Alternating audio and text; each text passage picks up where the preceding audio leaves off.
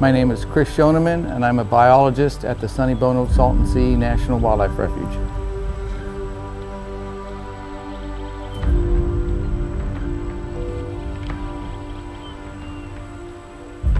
The Salton Sea as a wetland in California has been here actually for millions of years.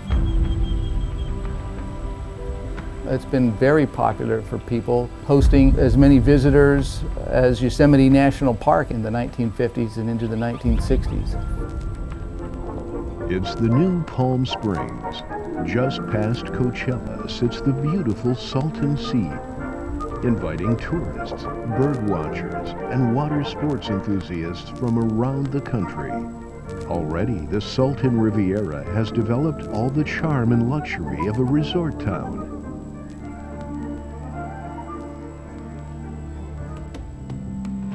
A lot of people are under the impression problems and issues of the Salton Sea have to do with agricultural pollution, and that's just not the case.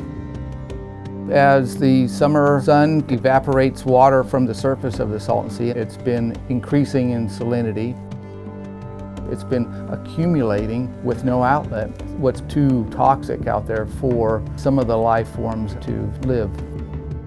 At the same time, there's thousands and thousands of acres being exposed on the shoreline of the Salton Sea.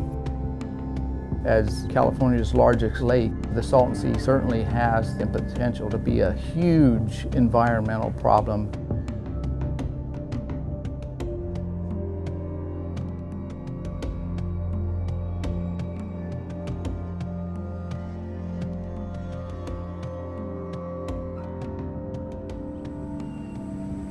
First thing in the morning here at the Salton Sea National Wildlife Refuge, the sun's just made it up.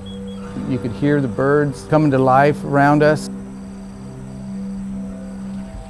We're about to launch the boat on a reconnaissance to check the health of birds along the shoreline here at the southern end of the Salton Sea.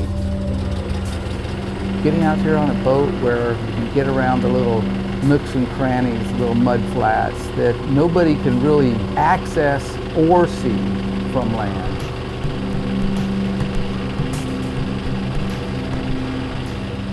Birds know that people can't get out here, and so you'll see birds gathering in places. It's pretty cool, pretty exhilarating. And lets us know intimately what the Salton Sea is all about.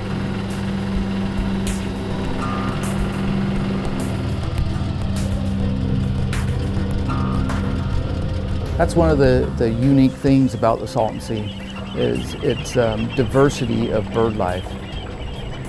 This refuge has the distinction of having the highest bird diversity of any of those wildlife refuges. We've documented 424 bird species here.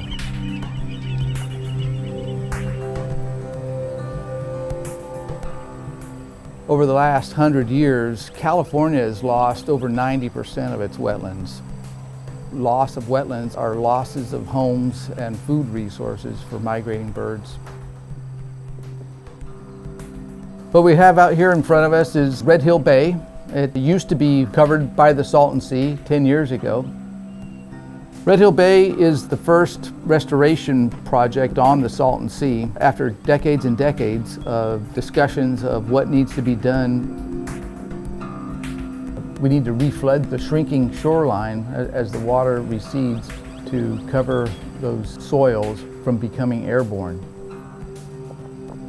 Imperial County has the highest childhood asthma rate in the state of California, and that's largely from air particles floating in the air and becoming breathed in by residents.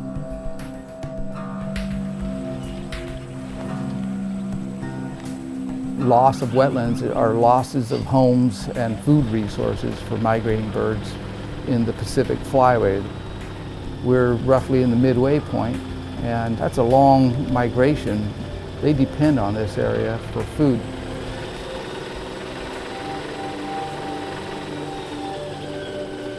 Here's a bird that we see struggling. This is a eared grebe. He isn't able to escape us. It looks clear to us that he just doesn't have the energy to fly away. He doesn't have a lot of meat on him. Yeah, I think think they've all moved on to the freshwater impoundments to find food. Let's put them in a part of the wetland out here where there's more food resources for them. Right now we're kind of behind the curve that is shrinking, and we need to reverse that trend. This project is the first out here on the Salton Sea. So it'll restore this entire bay you see out here in front of you and improve the water quality back to what it was probably, say, in the 1950s, when the Salton Sea was a much healthier body of water, and give people a glimpse of what a restored Salton Sea will look like in the future.